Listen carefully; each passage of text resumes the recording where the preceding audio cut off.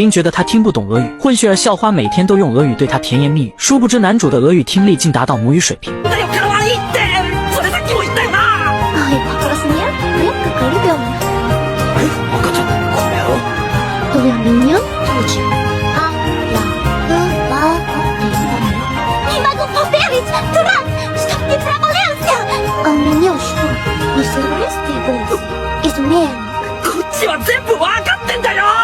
这是一所中高大学一体的贵族学校，有一位脱颖而出的少女，她的每一次出现都能引起校园的轰动，只因她是日俄混血儿，有着妖娆般的美貌，不仅成绩第一，更是运动全能。然而她的性格却很高冷，让人难以接近。面对校草的表白，她毫不留情地拒绝：“我对你没有兴趣，还有你的那身服装违反校规了。”说着，她便将玫瑰花狠狠地捏碎，离开时还不忘用俄语讥笑一番，真令人不悦。众人都好奇，这样的女生会对怎样的男生感兴趣？然而事实却令人大跌眼镜，艾丽莎的倾心对象竟然是懒散成性的男主。他每天不是通宵打游戏就是看动画，此刻他正在教室里呼呼大睡。艾丽莎作为他的邻桌，无法忍受自己被如此忽视，她强忍着怒气，尽量以平和的语气和他打招呼：“早上好，九世同学。”然而男主还沉浸在梦乡中，对他的问候毫无反应。艾丽莎的脸色瞬间沉了下来，下一秒他一脚踢向了男主的桌子：“早上好，是不是又熬夜看动画了？”紧接着开始对他进行说教，但看着男主一脸无所谓的样子，艾丽莎更加生气。好在老师及时走进教室，这才避免了一场风暴。看着男主睡眼惺忪的样子，艾丽莎情不自禁地用俄语轻声说：“你好可爱。”这突如其来的表白让男主瞬间懵住，他瞪大双眼，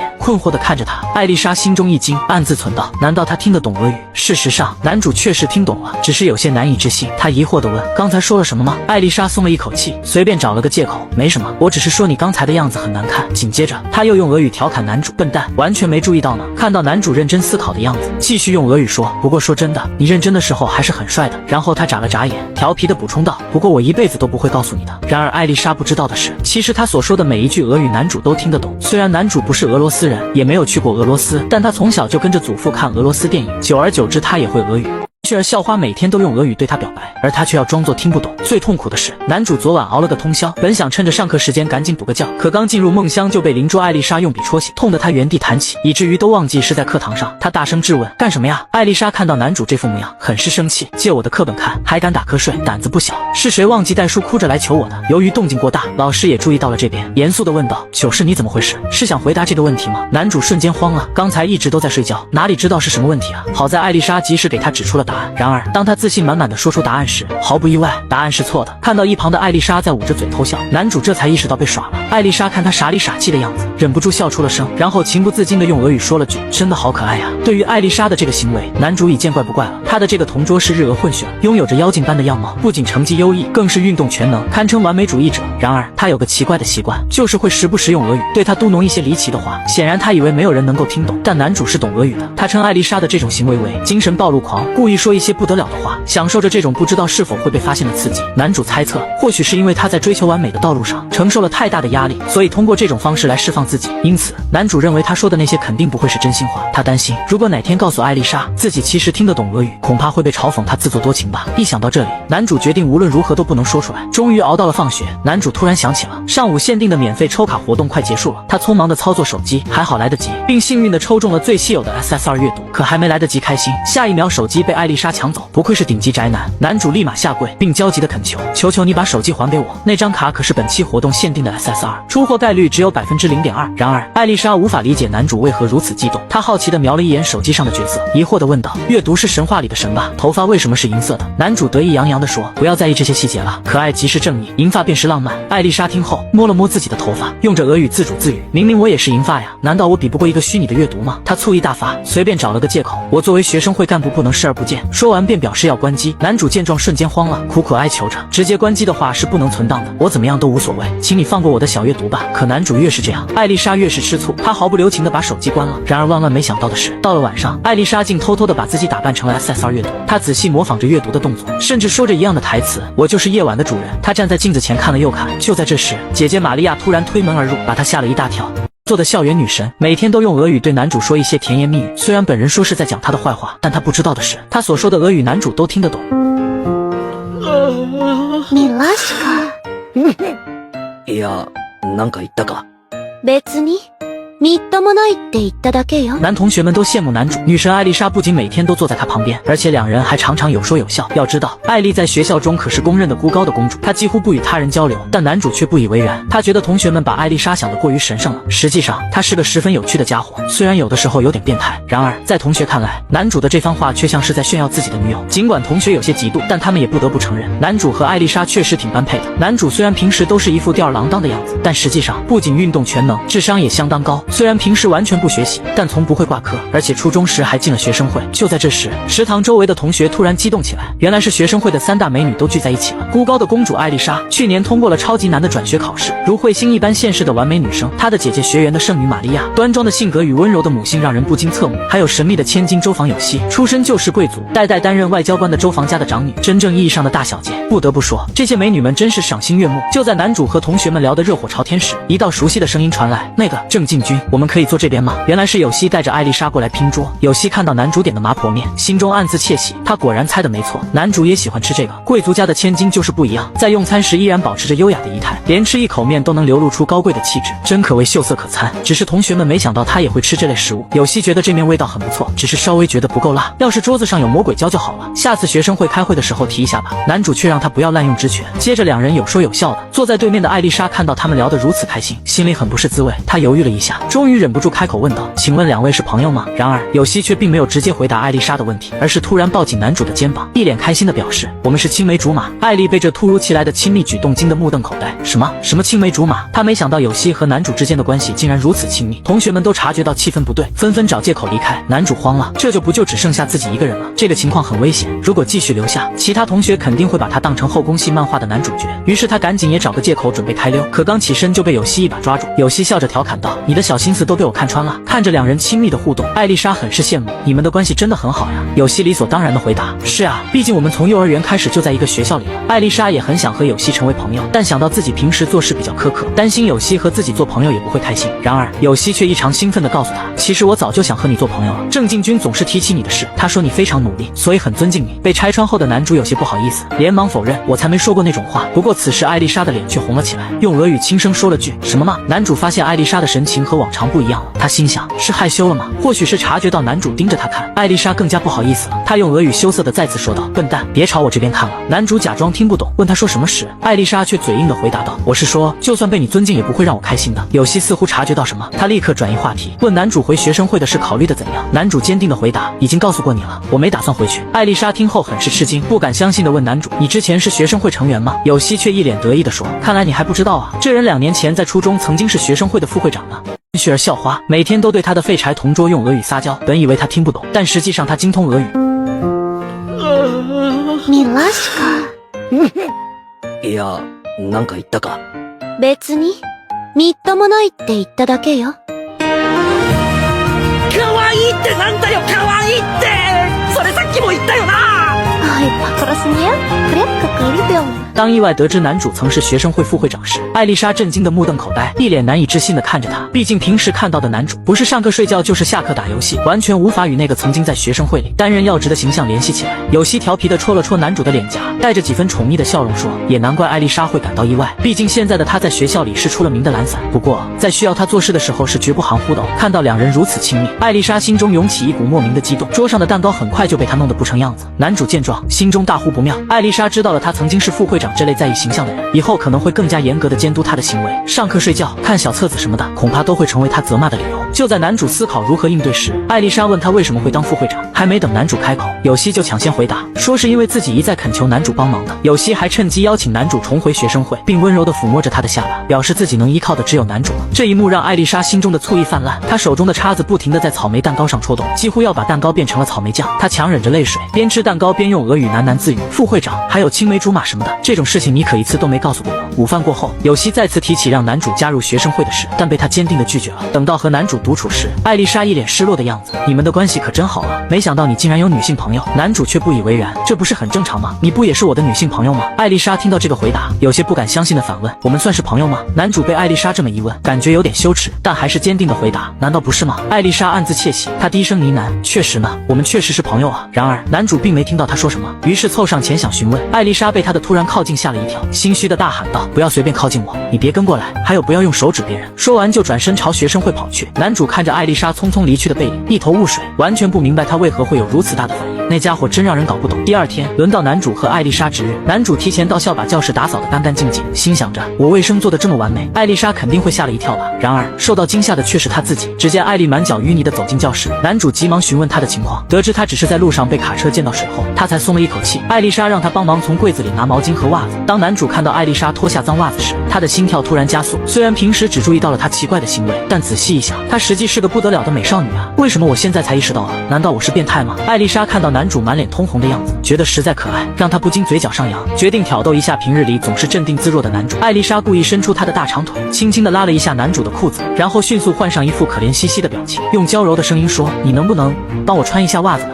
谁能想到，全校公认的高冷混血儿校花，私下里竟然是一个小可爱。她不仅每天都用俄语对废柴同桌撒娇，还喜欢在他面前脱袜子，略带娇嗔地对他说：“我太累了，能帮我穿一下吗？”然后傲娇地表示：“对你来说这算是奖励吧。”男主也是无语，心里嘀咕着：“你是任性公主吗？不，应该是随意差事部下的女干部吧。”艾丽莎看他迟迟没回应，有些不满地踢了他一脚，嗔怪道：“能不能别逃避现实了？算了，真是没出息。”然后看到他一脸茫然，艾丽莎忍不住笑出声来，调侃道：“怎么？平时看起来那么冷静的你，竟然会因为这种事就心动了吗？”男主被他的话弄得有些尴尬，艾丽莎见他没有动作，便催促道：“快把袜子给我吧！”但就在下一秒，他却用俄语害羞的小声说道：“这对我来说，何尝又不是一种奖励呢？”他以为男主听不懂俄语，殊不知他的俄语水平已经达到10级，听得懂他说的每一句话。男主的嘴角微扬，他缓缓地靠近艾丽莎，将她壁咚在窗边，坏笑着说：“这可是你说的哦。”艾丽莎被他突如其来的举动弄得有些慌乱，但还是强装镇定：“什么？别说那些没用的了，快把袜子给我。”男主看着他紧张又害羞的样子，心中满是得意，故意凑近他温柔地说：“还是我来帮你穿吧，别动呀，这是没拆过封的呢。”艾丽莎见男主变了个人似的，赶紧表示刚刚只是开个玩笑，但男主怎会放过这个机会？他单膝跪地，让艾丽莎把脚放在他的膝盖上，可只是轻轻地碰了下他的脚丫，他就紧张到不行。袜子穿到一半时，他更是情不自禁地发出些奇怪的声音。男主觉得此时的艾丽莎实在可爱，忍不住调侃一番：“什么嘛，你刚刚不还嘲讽我没出息吗？现在自己却害羞成这样。”其实男主自己也觉得有些羞人，原本只是打算逗逗他，但既然事情发展至此，就只能一做到底了。然而就在这时，教室的门被推开，男主的2个好兄弟走了进来。幸运的是，他们只顾着聊天，没有发现窗边男主和艾丽莎的尴尬。被紧紧抱住的艾丽莎小声说道：“放开我，你怎么能趁机占我便宜呢？”男主并没有松手，也小声回答道：“你是傻了吗？我现在放手的话，你就会头朝地掉到窗外去。还有，如果被他们发现，只要让他们保密就好了，没必要藏着掖着。可是要怎么解释这个姿势啊？”艾丽丽担忧地问。然而怕什么来什么，兄弟俩居然走向窗边准备关窗户。完了，难不成就要被发现了？他们的心提到了嗓子眼。果然，兄弟 A 刚走到窗边就发现了不对劲。一开始他有点懵，但很快他就好像意识到了什么，他迅速找了个借口，让兄弟 B 陪他去买水，终于可以松一口气。艾丽莎迅速把男主推开，男主一不小心跌倒在地。然而下一秒他似乎发现了什么，一时愣在原地。艾丽莎有些担心，关心地问他怎么了。不过他很快就明白了怎么一回事。不等男主解释，艾丽莎上来就是一巴掌，并用俄语疯狂地输出：“别一言不发地向上看，给我现在马上全部忘掉。”临走前他还不忘骂句笨蛋。虽然艾丽莎气鼓鼓地离开，但他不明白为什么心脏会扑通扑通跳个不停。而躺在地上的男主还在回味着那一抹粉色。放学后，艾丽莎的心情貌似不太好，她平时就给人一种冷若冰霜的感觉，但今天更是格外的恐怖，感觉她触碰过的东西全都会被毁灭。同学们纷纷猜测，肯定是男主又干了什么坏事，还真被他们猜中了。男主不仅摸了她的脚，还抱住了她，甚至无意中看到了小妹妹。艾丽莎现在回想起这些，心中充满了懊悔，她真不应该去戏弄她，这种感觉真的太丢脸了，好想现在就消失啊！而不知情的同学们还以为艾丽莎是因为精神失常了才这样。男主有点担心，于是他走到艾丽莎的桌前，想要向她道歉。那个关于今天早上的事情，我真的很抱歉。艾丽莎有些慌张，她本能的大声喊道：“喂，你干嘛靠那么近？”但话一说出口，她就后悔了。她试图让自己冷静下来。男主见她如此反应，误以为她还在生气，于是他急忙拿出一瓶小豆汤，温柔地说道：“艾丽莎公主，今日之事，我希望能以此得到你的宽恕。”艾丽莎看了一眼那瓶小豆汤，她惊讶地发现这直男竟然知道她喜欢喝这个，这意外的细心让她心里瞬间美滋滋的。她轻轻接过小豆汤，低声说：“那我就收下了。”男主得到艾丽莎的原谅后，准备转身离开，但就在这一刹那，艾丽莎突然慌了，她赶紧拉住他的袖子：“等等，我也要和你说声对不起，就是踢了你之类的。”说着说着，艾丽莎突然害羞地说起了俄语，希望从今往后你能像以往一样做我的朋友。男主故意装作听不懂的样子，问他刚刚说了什么。艾丽莎马上改口：“我是说今天的事情绝对不准告诉任何人。”男主早就料到他会这样，笑着回答：“就算你不这么说，我也是这么打算的呀。”听到男主的回答，艾丽莎的心脏又开始莫名的扑通扑通的跳不停。为了掩饰自己的慌乱，她努力保持镇定，微笑着向男主告别，然后迅速转身，以最快的速度跑出教室。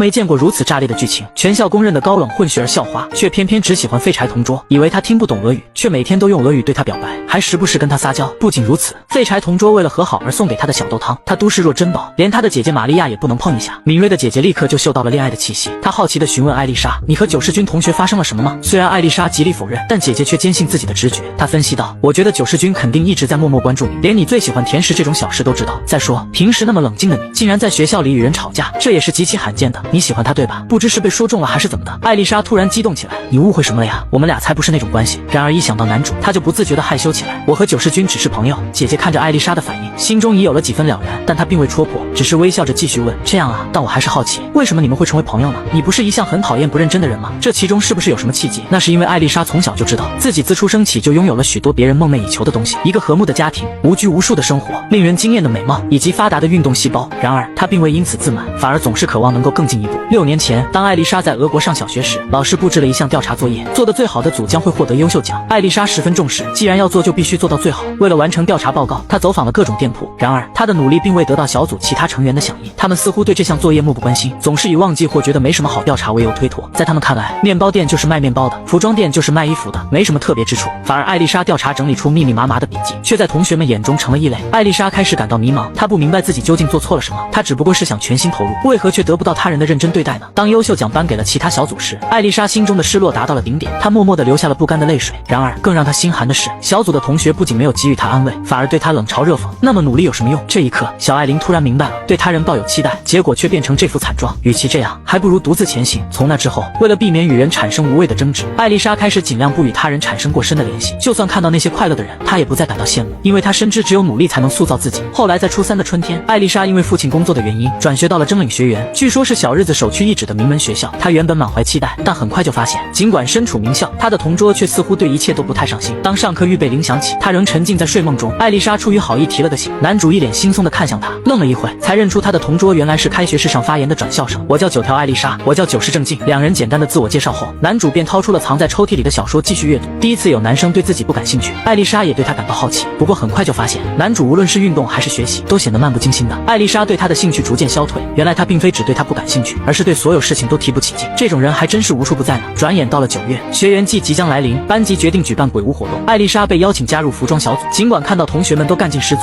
但艾丽莎一想到小时候的那件事，她就提不起劲来。几个星期过去了，鬼屋的准备工作完全没有进展，同学们开始变得不耐烦了。艾丽莎小组的成员也因各种理由纷纷罢工，但艾丽莎是一个不会轻易放弃的人，她认为既然要参与，就要尽自己最大的努力，哪怕是自己独自完成。然而一个同学的话让她的坚持瞬间崩溃，这只不过是个学园季，再怎么认真也没什么意义。说完就准备离去了，并劝艾丽莎不要太勉强自己。果然和那时候一模一样，因为心不在焉，她不小心弄伤了手指。艾丽莎低声自语：“我只不过是自己想要尽全力罢了，只不过是不愿放弃罢了，只不过是想要成为理想中的自己罢了。”最终艾丽莎还是绷不住了，她用俄语自我安慰：“为了实现这个目标，我就算孤身一人也没什么大不了的。”就在艾丽莎哭得梨花带雨时，男主突然推门而入，艾丽莎被吓了一跳，迅速转过身去，偷偷擦干眼角的泪水。男主注意到她的异样，但并未深究，只是简单的说：“我只是来拿个包，马上就走，你也早点回去吧，明天和大家一起再做就好了。”然而在艾丽莎看来，男主这是毫无责任感的表现，她倔强的没有停下手上的活，轻声回应：“我还想再做一会。”男主看着有些于心不忍，继续劝说：“算了吧，这工作量对你来说也太大了，就算你一个人再努力也无济于事吧。”这一刻，一直被艾丽莎压抑的情绪喷涌而出，她激动地诉说着：“你说我无济于事，随便做什么的我才不要，我对决定要做的事不想进行任何妥协，但是我也知道这都是我的一厢情愿，我总想着带领大家一起努力，这有什么不对吗？我究竟哪里做错了？”男主看着情绪崩溃的艾丽莎，轻声地开解道：“你只是把努力的方向搞错了，学园季不是靠个人努力来完成的，大家应该一起参与的，对吧？”艾丽莎却不认同，那种事只是理想罢了，正因为大家做不到才会变成这样，难道不是吗？看清现实吧，让大家一起参与才不是那么容易的事情。等艾丽莎发泄完后，男主得意地拿出了合宿楼的使用许可书，微笑着说：“正因如此，我这次要介绍的是这个。对忙于学习和上课的大家来说，短期集中做事会是一个非常好的选择。如果我们能一起合宿工作，大家齐心协力，不仅能够确保工作的进度，还能增强团队的凝聚力。这样一来，大家都能感受到参与活动的热情，工作积极性也会大大提高。还有关于服装制作部分，到时手工部都会帮忙。”艾丽莎听到这个计划，不禁对男主刮目相看，她好奇地问：“你怎么会有这种东西？还有手工部为什么会帮忙？”男主得意地回答道：“我拜托了学生会的朋友帮忙，同时与手工部稍微交涉了一下，他们就同意了。我认为，与其让那些没有干劲的人放弃，不如想办法激发他们的积极性。有时候，巧妙地依靠他人，反而能得到更好的结果。”艾丽莎听后，心中不禁对男主产生了敬意。她没想到自己的同桌竟然如此有能力和远见，同时她也意识到自己的局限性，开始反思自己的做法。男主看着艾丽莎陷入沉思，轻声安慰道：“其实我一直知道你在努力，我只是想告诉你，除了自己努力之外，我们还可以寻找其他的方法。可能是我之前的表达不够清楚，让你误会了，真的很抱歉。我想说的大概就这些了，今天就先回去吧。男主说完便离开了。门关上那一刻，艾丽莎才反应过来，她气得直跺脚。什么嘛，那人怎么回事？明明一直都在偷懒，他明明有能力，却还在偷懒，真是糟糕透了。艾丽莎发泄着自己的不满，声音中充满了愤怒，但发泄过后，她突然感到一阵害羞，脸上微微泛红。谢谢你，九世君。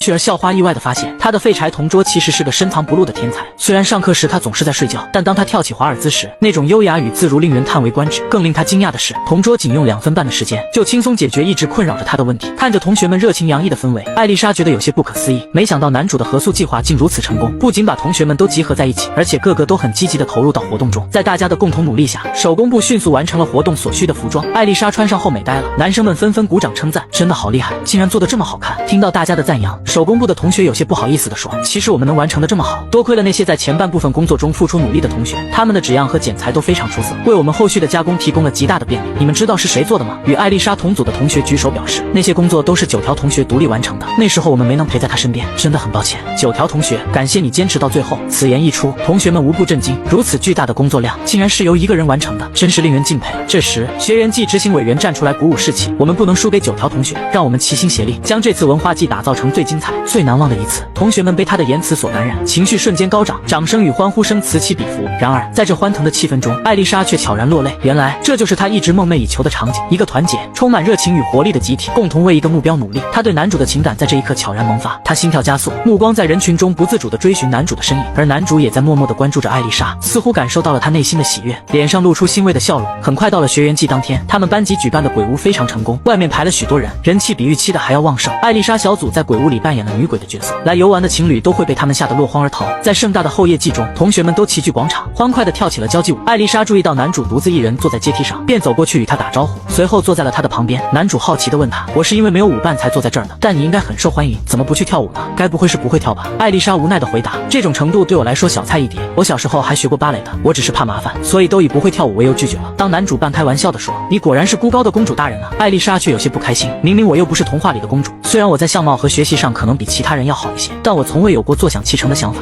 我才不是什么公主大人，大家都因为我的长相从而无视了我自身的努力，这着实让我有些难过。看到艾丽莎情绪如此低落，男主表示以后不会再这样叫她了。两人沉默了一会后，艾丽莎鼓起了勇气向男主表达她的谢意，谢谢你，九世君，我第一次感受到这么有意思的学员季，之前是我错了，一个人的话是无法做到这样的，那个时候对你乱发脾气，我真的抱歉。男主笑了笑回答道，别在意，我没做什么，付出努力的是你自己。虽然男主这么说，但艾丽莎心里清楚，学员季举办的这么顺利都是男主的功劳，他的合宿计划让大家团结一致，营造出良好的环境，寻求各方帮助，激发出大家的干劲，同时也帮助了大家。艾丽莎想到这里，突然害羞地用俄语说了句，重要的是你拯救了我。男主以为自己听错了，赶紧确认一下，你刚刚说什么？艾丽莎又害羞地大声喊道，我是说作为回礼和道歉，你得让我做点什么。不，谁说不需要？好强的威压，但这感觉貌似还不错。男主思考片刻说，在俄国应该有用爱称称呼的习俗吧，如果我没猜错的话，你的爱称应该是艾丽吧。艾丽莎听到后，脸上闪过一丝惊讶和害羞，她轻轻地点了点头。男主看到她这样的反应，心中便有了答案。他微笑着对艾丽莎说，那我就收下你作为道歉和感谢的礼物，以后就用艾丽这个爱称来称呼你，能成为唯一一个能用爱称称呼校园偶像的男人，想想还真是有点得意。艾丽莎也是无语，真搞不懂这人怎么回事。就在这时，一位男同学走上前来，想邀请艾丽莎跳最后一支舞。艾丽莎还没来得及反应，其他男同学也紧随其后，纷纷提出邀请。艾丽莎以不会跳舞为由婉拒了他们的好意，但他们却不肯放弃，一再纠缠。就在艾丽莎即将发火之际，男主握住了她的手，向众人宣布，抱歉，他已经有约了。说完便拉着艾丽莎往舞池走去。看着两人离去的背影，那群男同学气得直咬牙，那小子是谁啊？艾丽公主为什么会和他在一起？当两人来到舞池，音乐恰好切换成了华尔兹的旋律，事情来得太突然了，艾丽莎显得有点紧张。男主则半开玩笑地说，你不是说过练过芭蕾，跳舞对你来说小菜一碟吗？来，把手给我，让我见识一下你的舞技吧。公主大人，艾丽莎笑着回应，你这家伙胆子挺大的嘛。随后两人便开始了华尔兹的舞步。起初艾丽莎因为紧张而低头不语，男主见状打趣道，别因为紧张踩到脚哦。这句话激起了艾丽莎的好胜心，她不服输地回应道，你还是试试能不能跟上我再说吧。说着艾丽莎便做了一个高难度的回旋动作，她的身体轻盈地旋转，裙摆随风飘动，仿佛一朵盛开的花朵。男主虽然惊讶于她的舞技，但很快就跟上了她的步伐。在华尔兹的旋律中，两人的舞姿时而旋转，时而滑步，周围的观众纷纷发出欢呼声，赞叹着艾丽莎的舞技和两人的默契配合。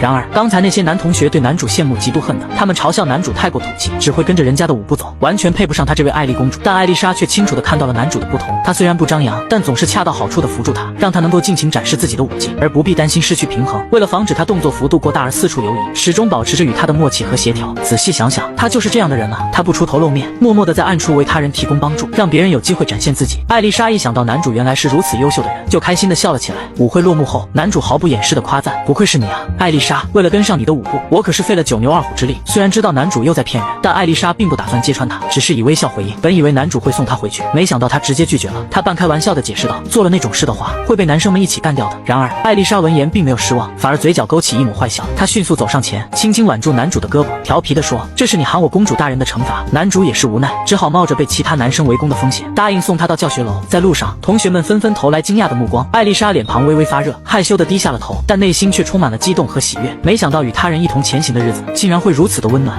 没能想到，全校公认的高冷混血儿校花，私下里却是个小可爱。他以为废柴同桌听不懂俄语，却每天都用俄语对他撒娇。虽然他上课不是在睡觉，就是在偷偷玩游戏，但高冷校花就偏偏只喜欢他。自从与男主共舞华尔兹后，艾丽莎的内心便对男主产生了特别的情愫。第二天，她害羞地站在教室门口，迟迟不敢进去。她努力让自己冷静下来，深呼吸，告诉自己不要紧的，和平常一样，我又没做什么见不得人的事。她强装镇定地走进教室，和男主打招呼。但当男主直呼她的爱称艾丽时，她的脸颊还是微微泛起了红晕。然而下一秒，男主的话却让她差点失控。她不好意思地挠挠头说：“我忘记做作业了，能借我看看你的吗？”与昨天的浪漫相比，这突如其来的请求让艾丽莎一脸懵，而一旁的吃瓜群众还添油加醋，纷纷起哄。正经刚刚喊了她艾丽对吧？我没听错吧？现在赶紧拷问她。艾丽莎脸上闪过一丝不悦，冷冷地对男主说：“你这废柴，怎么可能借给你看啊？”说完，她就转过身，然后低声用俄语自言自语。明明她昨天那么帅气的。在那之后，男主依旧保持着以前那种没干劲的状态，但艾丽莎对他的看法却有了不小的改变。她发现与男主相处时，自己能感受到前所未有的安心，不必与他争斗，也不必勉强自己。但偶尔，她会因男主始终提不起干劲的态度感到焦躁，对他那副无所事事的模样感到不甘心，所以自己才会偷偷的用俄语小声的捉弄他。姐姐玛利亚深信妹妹已在不知不觉中喜欢上了男主，但艾丽莎却否认。她确实认可男主的能力，也很信赖他，但是男主的懒散态度常常让她恼火。玛利亚则认为，如果男主平日里是很勤奋的人，以艾丽莎的好胜性格，肯定会想要与他竞争。但正是因为无论你说什么，怎么对待他，他都不会离开你，所以你才能够感到安心。艾丽莎虽然坚持声称男主只是她的朋友，否认对他的喜欢，但玛利亚坚信自己的直觉。她笑着说：“从朋友发展成恋人，这是很常见的呢。我和萨君就是这样开始的。”说着，她掏出胸前的项链，对着上面的照片露出甜蜜的笑容。该出手时绝不含糊的男生真的很迷人。萨君就是这样的人。看到姐姐这花痴模样，艾丽莎有点受不了。要秀恩爱的话，你能不能出去秀？我才不像你这样呢。而且约会接吻什么的，我根本没想过。看到艾丽莎害羞的样子，玛利亚忍不住上前抱住她。小艾丽真可爱。你听我说，约会接吻这些特别的事情虽然重要，但即使没有这些，只要和喜欢的人待在一起，相互接触，就会感到幸福。艾丽莎困惑地问：“具体是指什么呢？”玛利亚微笑着回答：“比如牵手，仅仅是两只手碰在一起，就会让人心跳加速。虽然会害羞，会想要哇的一声叫出来，但内心并不反感。”听到这里，艾丽莎想起了男主之前帮她穿袜子的情景，她决定验证一下姐姐的说法，于是请求姐姐也帮她穿袜子。虽然姐姐觉得有些奇怪，但还是照做了。然而，艾丽莎发现，当姐姐帮她穿袜子时，她并没有任何特别的感觉，而回想男主轻轻触碰她脚的那一刻，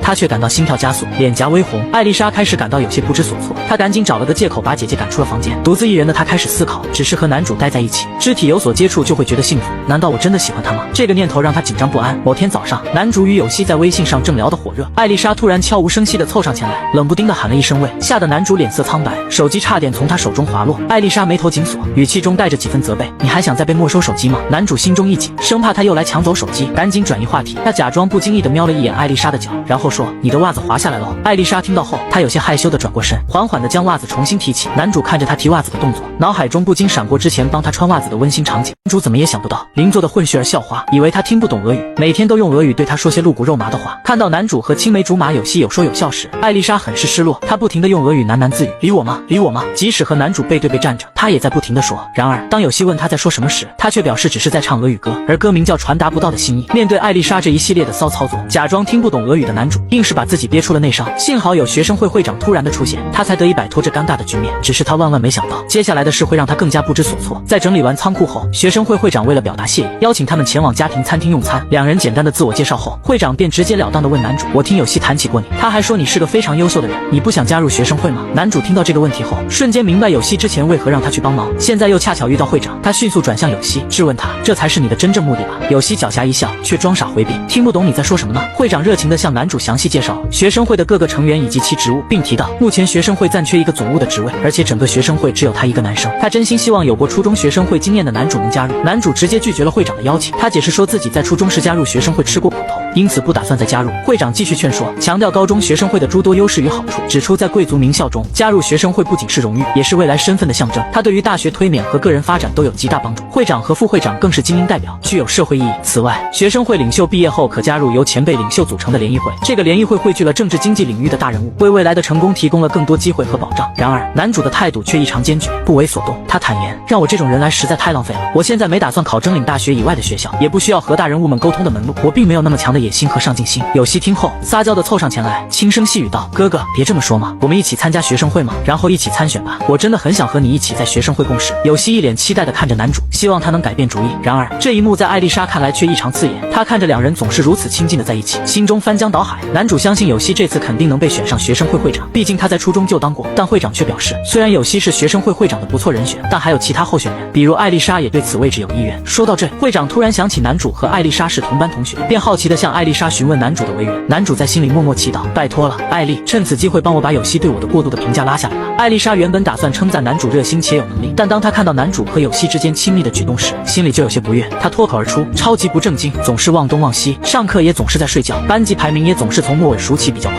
依我看，他可能不适合当有希的搭档，也不太适合在学生会工作。”虽然男主被狠狠地说了一通，但他却暗自庆幸，照这样下去的话，会长一定会放弃让我加入学生会的想法。然而，有希听到艾丽莎对男主如此贬低，他感到非常不满。他辩护道：“这种话，作为他的青梅竹马，我可不能假装没听见。你对郑敬军的了解是不是还不够深入呢？”艾丽莎不甘示弱地反驳：“怎么会呢？我可是离九世军最近的人。”随着两人的对话深入，周围的气氛愈发紧张，火药味越来越浓。男主心中顿感不妙，看来今天避免不了一场大战。有希率先发起了挑战，他强调平时郑敬军只不过是没什么干劲罢了，但他有在好好避免挂科。艾丽莎则以邻座的身份回击，指出男主即使在小考中也经常接近补考的边缘。有希继续反驳道：“那也不过是在用最少的努力来避免补考罢了，而且他能在这个学员里不怎么学习就拿到及格，说明他本来就非常聪明吧？因为我从小和他就在一起，所以很了解他。”艾丽莎被戳中了痛处，但她不甘示弱，指出男主他虽然脑子好使，运动神经也不错，但是球技是完全不行啊。有希则平静地回应：“郑敬军确实不擅长球技，但除此之外他几乎是完美的。”经过一轮唇枪舌剑，有希突然亮出了一张王牌，他宣称拥有许多郑敬军小时候的照片。这招果然让艾丽莎感到挫败，但她决定不甘示弱，继续寻找证明他与男主关系更密切的证据。由于情绪激动，艾丽莎竟然用俄语说出了一些脸红心跳的往事。他帮我穿了袜子，我被他公主抱了，他还看了我的胖子。还好在场的人中只有男主听得懂俄语。为了避免事态进一步升级，男主赶紧制止了这场无休无止的争执。然而两人冷静下来没多久，艾丽莎突然害羞地低下了头，用俄语轻声说道：“我是不是完全不了解九世军啊？”男主听到这句话，心中感到一阵无奈，心想这又是哪里来的漫画少女啊？痛苦的是，男主还要装作听不懂俄语的样子。晚餐结束后，有希由司机接送离开，会长则选择了乘坐电车。男主主动提出送艾丽莎回家，在回家的路上，男主感到困惑，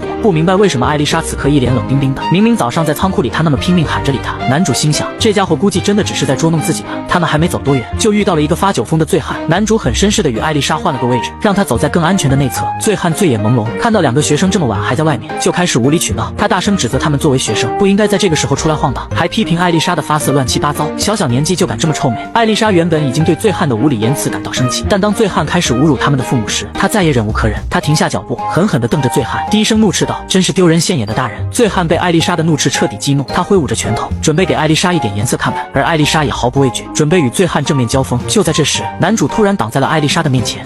却而校花意外地发现，他的同桌并非表面所见的那般废柴，而是一位深藏不露的天才。他不仅多次在困境中帮助他，更以他的机智巧妙地化解危机。在男主送艾丽莎回家的路上，他们遭遇了一个醉汉的无端辱骂，醉汉的言辞越来越过分，甚至开始侮辱他们的父母。艾丽莎愤怒地回击，醉汉被他的怒斥彻底激怒，他挥舞着拳头，准备对艾丽莎动手。就在这关键时刻，男主毫不犹豫地挺身而出，挡在了艾丽莎的面前。原本以为男主会跟醉汉发生冲突，但就在下一刻，男主却一改愤怒的面容，面带笑容地对醉汉说：“好久不见，稽山部长，你这么有有精神真是太好了。众人一脸疑惑，不明所以。男主继续道，在我哥哥的结婚典礼上打过招呼以后，就没有再见过面了。因为我哥哥说您是我们公司重要的客户，所以我记得很清楚。醉汉听完一头雾水，完全不认识眼前的男主是谁。但当他一听到重要客户这个词，脸色立刻变得紧张。男主见状，趁势一把搂住艾丽莎，向醉汉介绍道，这位是我的未婚妻，她是一位非常优秀的女士，是我远远配不上的女士。醉汉立刻变得恭敬起来，尴尬的笑道，这样啊，确实看起来很聪慧。看着醉汉唯唯诺诺的样子，男主内心一阵冷笑，下一秒他面露怒意，语气变得严厉，可你刚刚却不是这么说。她的秀发是遗传自她外婆的父母，我认为非常漂亮，可总有些不明事理的人喜欢找茬，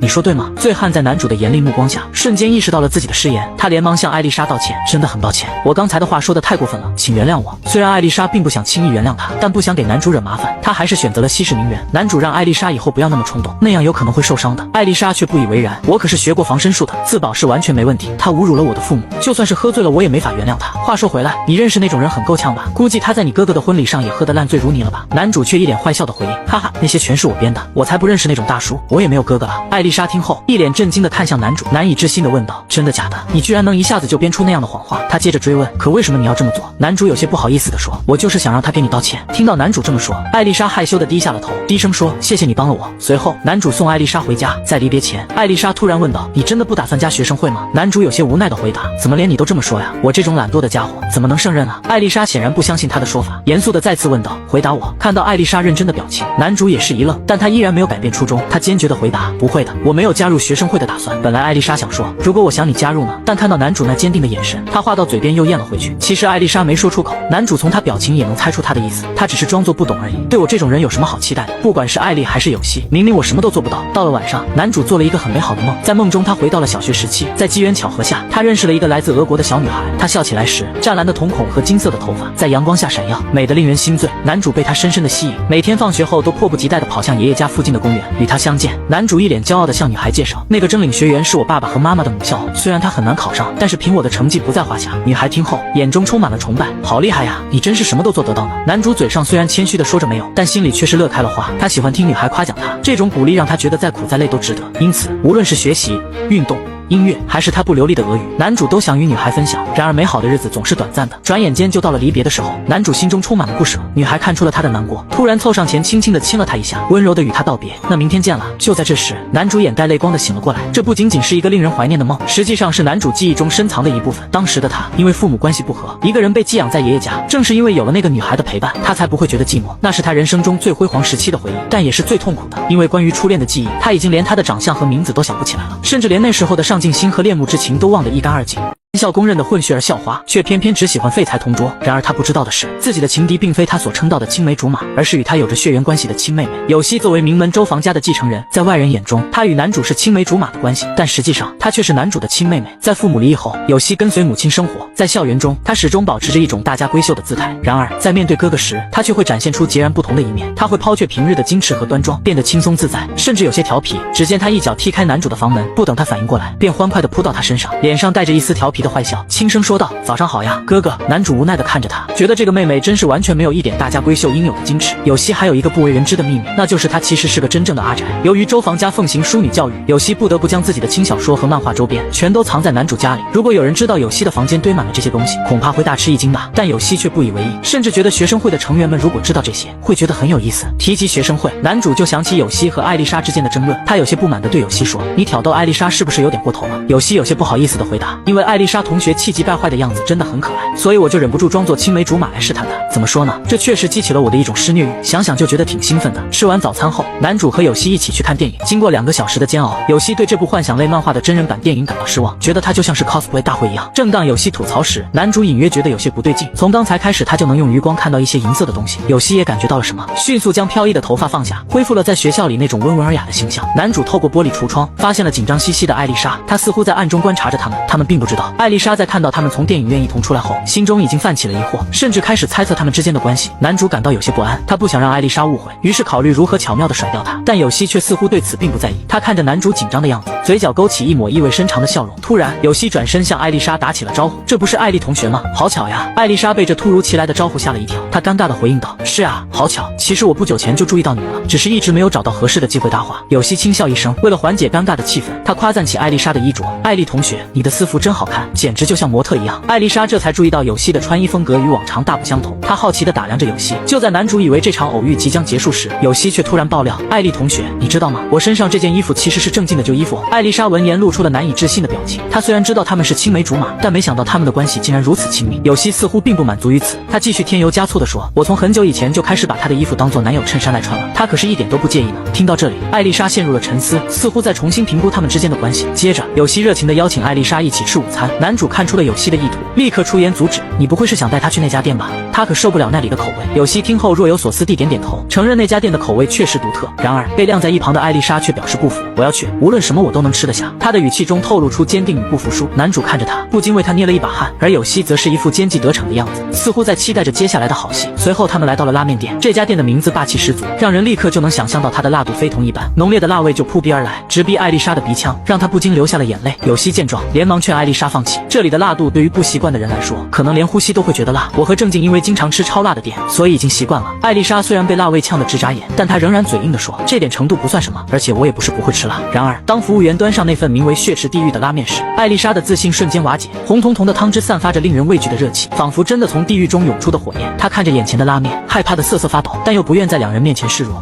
谁能想到，全校公认的高冷混血儿校花，私下里却是个小可爱。明明对辣味食物避之不及，但在情敌的挑衅和刺激下，她却毅然决然地选择了挑战自己的极限。然而，仅仅吃了一口，辣味如同火焰般侵袭她的味蕾，汗水与泪水交织在她的脸上。艾丽莎的痛苦表情令人心疼，男主不禁有些担心，他轻声地劝说道：“你不用这么为难自己的。”然而，艾丽莎却倔强地回应道：“为难？你指的是什么？这非常的美味啊！”她的坚强与固执令男主无奈，同时也让一旁的有希更加得意。他继续挑衅道：“据说吃拉面的时候要先喝一口汤，才能品尝到其中的美味。”听有希这么一说，艾丽莎半信半疑地喝了一口，没想到一股更强烈的辣味瞬间席卷她的口腔，她痛苦地皱起了眉头，忍不住用俄语呼喊道：“嘴巴好痛！”男主见状，心中一紧，想要拿走她的拉面，劝她别再吃了，但艾丽莎却坚决地阻止了他，倔强地说：“我都说了很好吃啊！”看着艾丽莎痛苦却又不肯放弃的模样，男主最终选择了放手。艾丽莎继续吃着拉面，尽管辣得她眼泪直流，却始终没有放弃。她不停地用俄语抱怨着：“舌头好烫，身体也好热。”泪水和汗水止不住地流下来。听得懂俄语的男主内心也十分的煎熬。吃饱喝足后，有希去抢购他最爱的周边，而艾丽莎则一脸痛苦地坐在长椅上，显然辣味还未完全消散。男主见状，不禁心生怜悯，贴心地为她买来了冰淇淋。艾丽莎虽然努力装作能吃辣的样子，但她此刻的甜蜜笑容却暴露了她的真实喜好。男主看着她幸福地吃着冰淇淋，嘴角不禁微微上扬，心中暗自感慨，真是个爱闹别扭的人啊。男主回想起艾丽莎平日里总是那么固执，那么好面子，但是为了呈现出理想中的自己，却能独自一人坚持不懈地付出努力，那种全情投入毫不动摇的决心，简直和自己完全相反了。记得上初中时，有希曾恳求他帮助自己选举学生会会长，男主并没有拒绝，因为他深知有希肩负着周防家的期待，而他自己的离开，让有希不得不独自承担起原本应由他分担的责任。他觉得至少要成为他的助理，帮他实现愿望。为了帮助有希，他成为了副会长成候选人，并通过精心研究对策，成功将其他候选人一一击败。最终，有希如愿以偿地成为了学生会会长，而男主也顺理成章地成为了副会长。然而，当他看到选举失败的同学在角落里痛哭，诉说着自己辜负了家人期待的痛苦时，男主的内心深受触动。他意识到自己并没有梦想和目标，也从未对任何人抱有期待，却为了满足自己的赎罪心理，将别人踢下了会长之位。那一刻，他深感愧疚，觉得自己这种人才不配当学生会成员。尽管男主决定在任职的1年里认真履行自己的职责，但1年后，他的罪恶感并未减轻。可能是因为在那天，他深刻体会到了努力却得不到回报的空虚和无奈。从那以后，他变得懒散起来，失去了曾经的觉悟和热情，变得无所事事，无法再像从前那样努力。或许这只是逃避自我和责任的借口，自己可能本来就是这种人。正因为如此，艾丽莎才显得如此耀眼，那光芒简直让人有些眼晕。他忍不住问艾丽：“你为什么想当学生会会长呢？”艾丽莎先是一愣，没想到男主会突然问这个，但看男主认真的眼神，艾丽莎也郑重其事地回答：“因为我就是想成为学生会会长嘛，只要还有更高的目标，就要不断追逐它，这还需要理由吗？”男主听后无言以对。是啊，只要还有更高的目标，就不能不去追逐它。艾丽莎这个人有着我无法拥有的光辉，充满骄傲，全力生活的人才会拥有这样的光芒，真是厉害，让人羡慕。但是那光芒让人感到有些担心。男主提醒艾丽莎关于学生会会长的选举规则，要求和副会长候选人组队进行选举。你已经找到合适的搭档了吗？艾丽莎的回答果然如男主所料，我并不需要真正的搭档，名义上有个搭档就够了，我可以找人挂个名，之后我会凭借自己的实力去争取胜利。我想成为会长，这纯粹是出于我个人的意愿和追求。看到艾丽莎突然低沉的样子，男主心里五味杂陈。这时，艾丽莎看向男主，突然情不自禁地用俄语说：“如果能和你一起。”刚说出口，他就立刻反应过来，捂住了自己的嘴巴。男主不禁松了一口气，幸好艾丽刚刚的自言自语是用俄语说出口的，他并不知道自己能听得懂。男主心想，努力应该得到回报，希望能有为艾丽的努力提供支持的人，不过那个人不是我，我配不上那光辉。两人沉默了2分半后，艾丽莎突然害羞地问男主：“等下你能陪我去办件事吗？”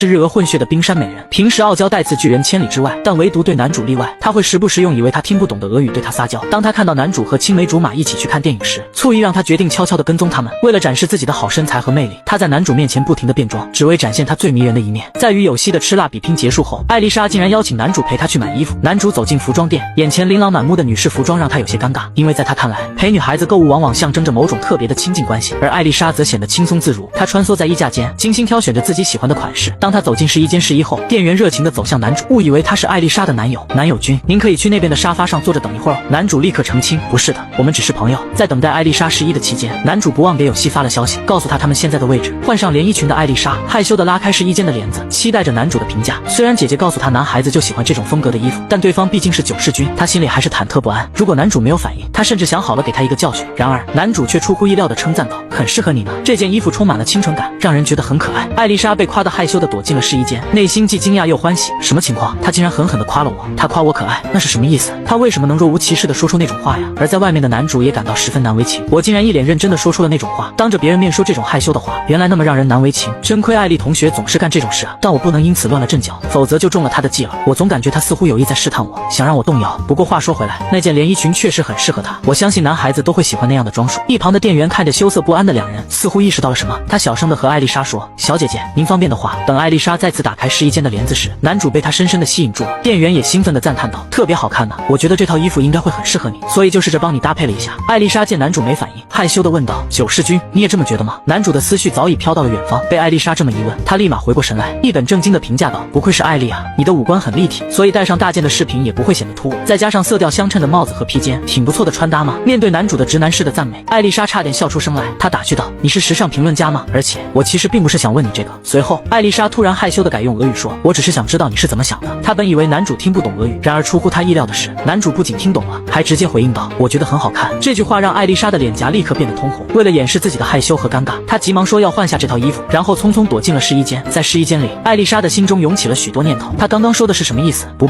我怎么能因为这点小事就动摇呢？我听过那么多赞美，肯定是因为我长得漂亮啊。没错，九世君也就是个会夸女孩子的人，不过他还真是熟练，平时他都这么夸谁的呢？艾丽莎突然想起有希和男主之前的亲密举动，心中的醋意油然而生。她叫来店员，询问是否可以试穿其他的衣服。当她换好一套新的衣服再次出现在男主面前时，男主惊讶地瞪大了眼睛，他心想，这也太在意有希了吧？难道他被激怒了吗？这就是所谓的胜负欲吗？看着一脸怒气的艾丽莎，男主赶紧称赞道，艾丽你本来就长得漂亮，身材也好，这种帅气的风格也很适合你。被男主这么一夸，艾丽莎开心地捂了捂脸蛋，心中暗自得意。为了继续得到男主的赞美，艾丽莎变得更加积极，她逐一尝试了店里各式各样的服装，从干练的职业装到可爱的学生装，再到高冷傲气的成熟御姐装，每一套都让她焕然一新。只要店里有的，她都忍不住想要一试，只为在男主面前展现更多不同的自己。男主看着艾丽莎不断变换的装扮，心中的羞耻心开始逐渐麻痹，他不断称赞道，真是太好看了，每一套都让你看起来如此迷人。得到男主的称赞，艾丽莎更加开心，她的脸上洋溢着幸福的笑容。等看到最后一件要换的衣服时，艾丽莎犯难了，这是一件露背装，未免有些太大胆了。她一边不好意思穿，一边又想被男主夸奖，挣扎片刻后，她还是决定去试一下，说不定这次就能让男主小鹿乱撞呢。一想到这里，艾丽莎就立刻换上衣服，迫不及待地想让男主看看。可没想到，当艾丽莎打开试衣间的帘子时，眼前竟然是有希。艾丽莎瞬间红了脸，心跳加速。有希一脸玩味地说，哎呀，艾丽同学呀，你真是大胆呀，这种风格都敢尝试。被有希这么一说，男主和艾丽莎两人都感到无比尴尬，仿佛被捉奸在场，无地自容。艾丽莎飞快地拉上试衣间的帘子，用俄语小声嘀咕，好想原地消失。在电车上与男主和有希告别后，艾丽莎一回想起刚刚在服装店的那一幕，就感到有些无力，瘫坐在椅子上。她心想，我穿成那样，绝对会被当成不检点的孩子了。不过她很快又意识到另一个问题，为什么他们俩会在同一个站下车？那两人果然不对，他们一定是还有地方要逛。艾丽莎试图自我安慰，但心中仍然难以平静。她突然想起有希曾经说过，她把男主的衣服当作男士衬衫穿，于是她好奇地拿起手机搜索了男友衬衫这个词，不查还好，查到的那一刻她简直不敢相信自己的眼睛。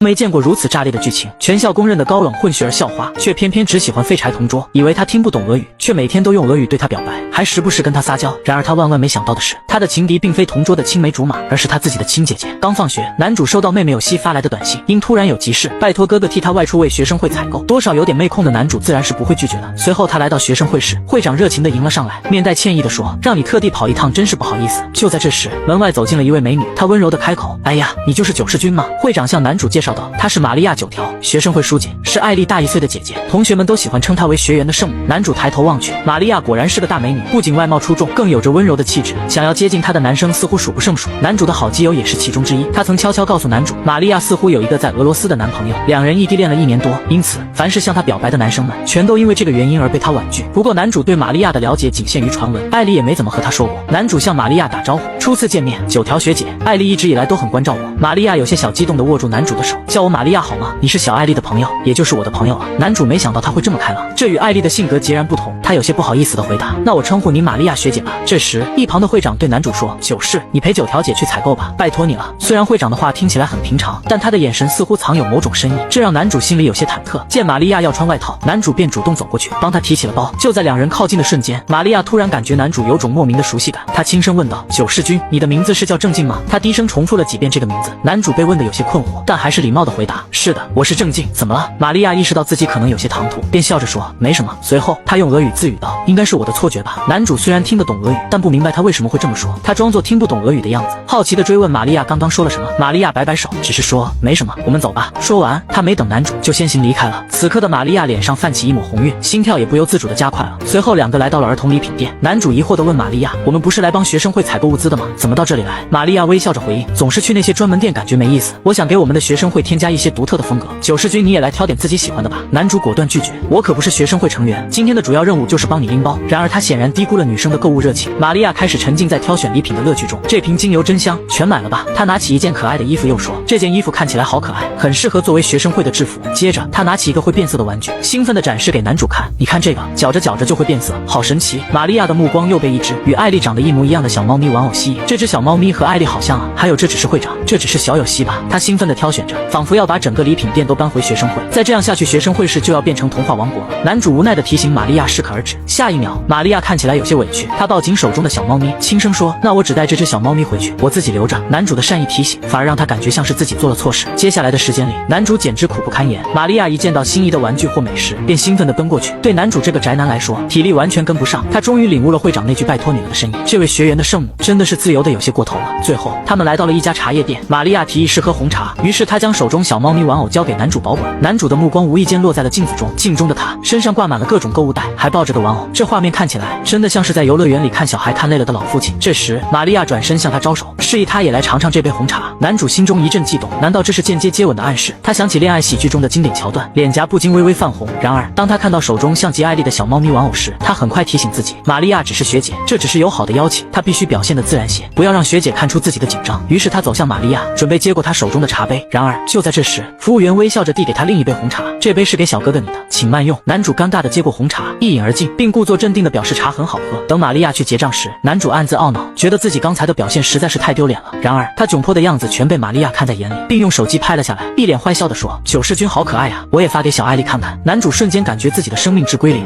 却而校花意外地发现，他的同桌并非表面所见的那般废柴，而是一位深藏不露的天才。虽然每天上课不是睡觉就是在玩游戏，但每次在他陷入困境时，他总能够挺身而出，以机智巧妙的方式帮助他化解危机。为了留住男主这个人才，学生会会长说出了自己鲜为人知的秘密。原来这位才华横溢的会长曾经是个典型的阴暗边缘人，不擅长学习和运动，对上学也毫无兴趣。然而为了追求同年级2大美女之一的副会长，他下定决心要改变自己。他发愤图强，努力学习，提升自己的能力，最终成功加入了学生会。当男主听闻这个秘密后，他感到十分意外。在学员里，会长和副会长作为一对恋人广为人知，他之前一直以为两位都是精英，因此自然而然的相互吸引，成为了情侣。可没想到背后的真相竟然如此出人意料。会长忽然俏皮一笑，向男主摆了个耶，怎么样，动机不纯吧？一旁的学姐玛利亚也插话道，我也是被副会长邀请进学生会的，和你被小有希邀请加入是一样的。其实动机是什么并不重要，只要能够真心实意的为大家做事就好。为了某个人而成为会长，这完全没问题。面对会长和玛利亚学姐的劝导，男主有些不好意思的低下了头。他回想起初中时期加入学生会的经历，一直觉得自己有负罪感，认为还有比自己更合适的人选。但此刻他感受到会长和玛利亚学姐的信任，心中涌起一股暖流。他努力克制着泪水，郑重地表示会认真考虑加入学生会的事情。在学生会待了一会儿，男主才发现怎么都没见到艾丽。会长告诉他，艾丽去调解体育社团之前的矛盾，棒球社和足球社正因为操场的使用权而争执不下。因为两个社团都需要在操场训练，平时他们是每天轮换使用的，但每到这个时候，由于棒球社需要参加校际赛，他们使用操场的频率会高一些。但今年足球社也要参加校际赛，所以他们希望棒球社能让出操场的使用权。显然棒球社对此表示不同意。虽然社团间的矛盾通常是副会长负责的，但他今天没在，会长认为这是一个锻炼的好机会，就交给艾丽去处理了。听到这，男主不禁感到有些担忧，他心想艾丽是不是遇到了什么困难，于是怀着忐忑不安的心情来到了体育社团，果然发现棒球社和足球社的成员们正因为操场的使用权问题吵得不可开交。面对两边激烈的争吵，艾丽无助地夹在中间，一脸委屈。她虽然提出了解决方案，但双方都不愿意妥协，反而越吵越凶。此时在门外的男主目睹了这一幕，虽然他嘴上说只是顺路经过，实际上他比任何人都担忧。但他不是学生会成员，如果擅自插手，可能会损害学生会的面子。还是等艾丽去找会长或者他的姐姐玛利亚求救。可是以艾丽的性格，要她主动向别人求助，这几乎是不可能的。这时艾丽的心情随着她的方案一次次被否决而沉重，情况比她想象中还要棘手。她感到了前所未有的挫败感，仿佛整个世界都在与她作对。她开始陷入深深的自我反思，心中充满了迷茫和不安。她问自己，我究竟要怎么做，这些人才会听我说话呢？她想起了过去的自己，一直以来都没有去试着理解他人的想法，而是擅自将周围的人视作自己的竞争对手，高高在上的对他们一通说教，既不去理解他们，也不去贴近。这样的自己怎么可能打动人心呢？一想到这里，艾丽就无助地流下了泪水。她想到了男主，心中默念，如果是九世君你的话，又会怎么做呢？我没法像你一样和别人打成一片，所以变成孤身一人都是我自作自受。但是这种情况我该怎么办呢？谁都好，来帮帮我吧。看到已经哭得梨花带雨的艾丽，男主的内心也是十分煎熬。艾丽用谁都听不懂的俄语求助，这也太笨了吧。但正是因为这样，男主才没法放着她不管。随着教室大门的缓缓打开，男主如同救世主般的出现，他微笑着向众人打招呼，各位好，我是学生会派来帮忙的。学生会的杂物九十正静。看到突然出现的男主，艾丽十分震惊。男主给了艾丽一个请放心交给我的眼神，然后开始着手解决矛盾。大致的情况我已经从会长那里听说了，各位商量这么久真是辛苦了。我也有一个建议，不知各位觉得如何？考虑到需要变动的人数，我建议棒球社前往河岸练习，而人数较多的足球社则派出人手负责帮忙。话音刚落，双方又开始争吵起来。什么鬼建议啊？这不就和刚刚一样了吗？艾丽见状也是十分担心，生怕情况变得更糟。然而就在这时，一旁足球社的几个女孩子突然开口了，我们是足球社的经理，我们会帮忙的。艾丽听到后愣住了，没想到事情会有这样的转机。原本怒气冲冲的棒球社成员，在听到有美女愿意来帮忙后，也突然安静了下来，有些尴尬地说，既然你们都这么说了，那我们也不再争执了，到时候就麻烦你们帮忙了。虽然足球社的成员们对此并不太乐意，但既然经理都开口了，他们也只能表示同意。看着最终达成协议的双方，艾丽有些难以置信地看了看男主，眼中充满了敬佩和感激。她好奇地问男主，你是如何想到那个建议的？我完全没料到会以这种方式解决。说起来，足球社经理站出来时，你似乎早就预料到。男主微微一笑，带着一丝调皮，嘿哎，被你看出来了呀。但接下来我跟你说的话要保密哦。棒球社社长和足球社经理其实正在交往，我就是利用这一点，这样足球社能独占操场，棒球社又有女生帮忙，而那两个人也能在练习中享受时光，可谓皆大欢喜。艾丽听后恍然大悟，不禁笑出声来，原来你是在利用他们的私情啊。如果我是棒球社的成员，知道真相后肯定会气炸的。男主哈哈大笑，所以得保密嘛。不过经过这件事，艾丽对男主的崇拜又多了几分。她用俄语低声表白，你果然很厉害啊。仔细观察着周围的人，能够给出大家都能满意的答案。每次我遇到困难，你都能及时出现并帮我解决，我也要尽快成为这样的人。我要成为学生会会长。虽然他以为男主听不懂，但实际上他全都听明白了。只是妹妹有些也想要当学生会会长，要在两人之间做出选择，这对他来说真是个大难题。两人刚走出教学楼，便见会长正站在那里等待。会长看着两人，微笑着问道，事情都谈妥了吗？艾丽答道，多亏了九世君，总算是解决了。会长听后微微一笑，这样啊，辛苦你了。男主似乎突然想到了什么，他带着一丝调侃的语气问会长，全都是你计划好的吧？会长愣了一下，随即回答道，也不是了。男主笑着说，我还没说是什么事呢，看来是确有其事了。被看穿了的会长只好承认，哎呦，看来是瞒不过你了。那么怎么样，你想好了吗？一旁的艾丽听得一头雾水，完全不知道两人在说什么。男主坚定地回答，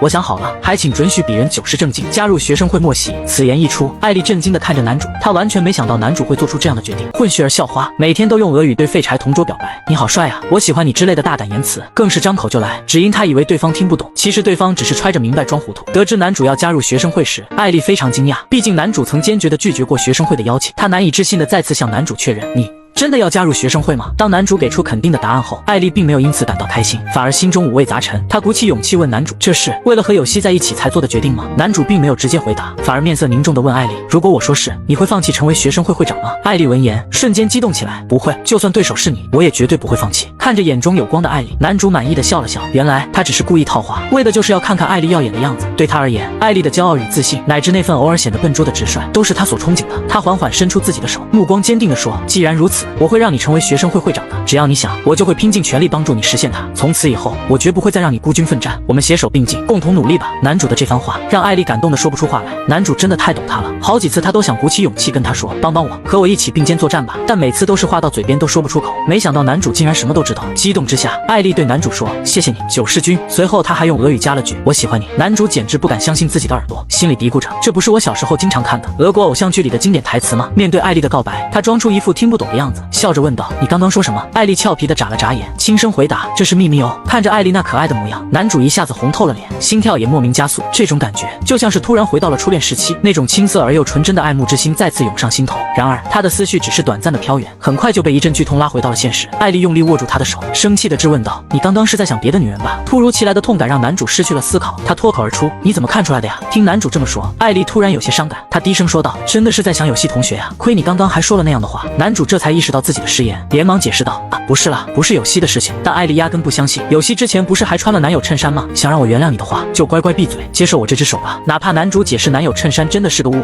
艾丽也毫不留情的一巴掌打了过去。可能意识到自己的冲动，她赶紧伸出手去拉男主，关心的问道：“要不要紧？”男主还以为他是对此过意不去，没想到接下来的事让他愣住了。只见艾丽嘴角微微上扬，手用力一拉，啾的一声，艾丽亲到了男主被打的脸庞上。这真的是打了一巴再给一颗枣。还没等男主回过神来，艾丽傲娇的表示这只不过是贴面礼罢了。骗鬼呢，贴面礼不是把脸贴在一起就好了吗？但刚刚明明就是嘴唇。然而没等男主说完，艾丽转身就走，明天见了。艾丽的种种行为让男主摸不着头脑，是和往常一样在捉弄我的吧？难不成是认真的？不，怎么可能？但是那个时候他确实说了我喜欢你，他到底想干什么呀？真是的，艾丽哪怕用俄语解释清楚也行啊。女孩外表高冷，背地里却对男主爱的不行，明明情不自禁的亲了他一下，却故作镇定的表示不过是贴面礼罢了，而且以为男主听不懂俄语，更是大胆的用俄语表白了我喜欢你。然而到了晚上，艾丽回想起刚刚发生的一切，就害羞的将头埋入水里。她反复告诉自己，那不过是感激之情的流露，并非真正的爱意。虽然自己曾经对他说过你好可爱，理我一下嘛之类的话，但那只不过因为他听不懂的样子很有趣，才想着捉弄他的。可是在男主伸出手的那个瞬间，他的胸口突然涌起一股莫名的情绪，那些话就不由自主的从口中说出。艾丽努力说服自己，对九世君的感情只是被当时的气氛所影响，比起谈情说爱，当前更重要的是学生会会长的选举。既然九世君会协助他，他必须全力以赴来回应他的期待。然而下一秒，艾丽又开始胡思乱想，如果当时真的跟九世君表白了，而他并不喜欢自己，还说这只是自己会错了意，那该是多么尴尬呀！一想到这，艾丽感到十分抓狂。我才没有喜欢你呢！姐姐玛利亚似乎一眼就看穿了妹妹的心思，她抱进来一个酷似艾丽的小猫咪人偶，正是和男主一起逛街买的那只。她笑着告诉艾丽，今天九世君陪她去采购学生会用品的事，并称赞她是个不错的孩子，完全能理解艾丽为什么会喜欢上他。见艾丽还在嘴硬不承认，姐姐意味深长地说，如果喜欢他的话，还是早点告诉他比较好，等到被别人抢走可就来不及了。听到姐姐这么说，艾丽愣神了好一会，随后姐姐发来了相片，正是在玩具店拍到的那张。虽然艾丽嘴上还倔强地说不喜欢男主，但她的手已经默默地把相片保存了下来。然而艾丽不知道的是，此时的男主也在脑海中反复回味着刚才的情景，他感到既羞耻又尴尬，但那句我喜欢你和他的笑容却在心底激起了层层涟漪。他已经觉得自己不会再恋爱了，毕竟他曾经有个非常喜欢的人，但如今却连他的长相和名字都回忆不起来了。男主自嘲是个不值得被爱的人，就算艾丽那句话是出自真心，随着了解的深入，那份情感也终将冷却下来。更何况自己也不想谈恋爱，艾丽也没有明确和自己表白。当务之急还是学生会会长的选举。突然被妹妹有希问及是否已答应加入学生会，男主不敢直视她，弱弱的回答道：“是的，但是我的目标是让艾丽成为学生会会长。”有希难以置信的瞪大了眼睛。男主和艾丽组队就意味着将和同样想成为学生会会长的他成为敌对关系。男主一时也不知该怎样面对有希，但事已至此，他也只能说抱歉。然而有希却突然一脸坏笑的说，要道歉的话就用行动来表示，好好的宠宠我吧。说完便让男主帮他吹头发。看到哥哥还是眉头紧锁，有希打趣道：“好啦好啦，别一副苦瓜脸了，我们之后虽然会成为竞争对手，但兄妹之间对决什么的，不是很王道热血吗？”虽然有希表面上看起来无所谓的样子，但内心深处难免有些失落，毕竟他曾多次恳求哥哥加入学生会，都被拒绝了。但一想到哥哥终于找到能让他提起干劲的人，有希又替他感到高兴，同时也激发了自己的斗志。我是不会输给艾丽的，他在心中暗暗发誓。第二天，艾丽早早来到了教室，但她的心思似乎并不在这里。只要听到教室开门声，她的头便不由自主地转向门口。看到不是男主后，不禁有些失落。我在意什么呀？真不像我自己，得集中注意力。就在这时，男主的突然出现让艾丽猛地一惊，而更令她惊讶的是，平时那个懒散的九世君，今天却一反常态，没有在课堂上打盹，不仅做了作业，还久违地拿出了课本。这是怎么回事？难道说他真的打算为了我改变生活方式吗？时间来到体育课，男主由于肚子饿得实在受不了，只能无奈地在一旁看着同学们活动。而这一切都是因为一早陪着有希胡闹，结果来不及吃早饭，也因为饥饿难耐，想在课堂上睡觉也睡不了。不过还好来接有希的佣人，顺便帮他收拾了上学所需的物品，这才让他难得一次没有丢三落四。这时排球场上传来同学们阵阵激动的呐喊声，男主转头望过去，只见艾丽身姿矫健，一记漂亮的扣杀，完美结束了比赛。正当男主主沉浸在这精彩的瞬间，一颗急速飞来的排球不偏不倚地砸中了他的脑门，瞬间让他头晕目眩。事后艾丽匆匆跑来，关切地询问他的伤势。男主摇了摇头，表示没事，还自嘲说都习惯了，我这人跟球八字不合，不管什么球都爱往我这儿飞。说话的同时，他不停地挥着手，抱怨着体育馆内的闷热。可艾丽却突然伸出手，轻轻抵住他的额头。这一突如其来的亲密举动，让男主瞬间红透了脸，他心跳加速，有些不知所措，只不过摸摸看有没有发烧。他怎么害羞成这样？九世君果然和平常不一样了。就在艾丽扎头发时，男主不经意地看了一眼，这下坏事了。他连忙找方法让自己躁动的心平静下来。而一旁的艾丽看到男主这副模样，也是一脸茫然，口渴的话，边上不是有饮水机吗？说着，他自己也出于好奇，试了试几口水龙头流出的水，那樱桃小嘴轻触水流的画面，让好不容易平静下来的男主顿时全身的血液都沸腾了起来。为了让自己彻底平静下来，他索性将头直接伸到水龙头下，任由冷水冲刷着自己的脸庞和头发。然而他们都没有注意到的是，这一切都被不远处的姐姐玛利亚看在眼里。明明是姐姐，却喜欢上妹妹每天用俄语表白的男同桌。当艾丽喝着流水，她那樱桃小嘴轻轻啜饮的模样，让男主内心莫名躁动起来。为了让自己冷静下来，他索性将头伸到水龙头下，任由冷水冲洗。这一幕恰巧被艾丽的姐姐玛利亚看到，她嘴角勾起一抹笑意，调侃道：“哎呀，在做什么呢？扮演挥洒汗水的好男人吗？”说话的同时，她径直走到男主跟前，当着妹妹艾丽的面，温柔地用自己的毛巾帮她擦头发。可男主身材高大，玛利亚只好让他低下头配合。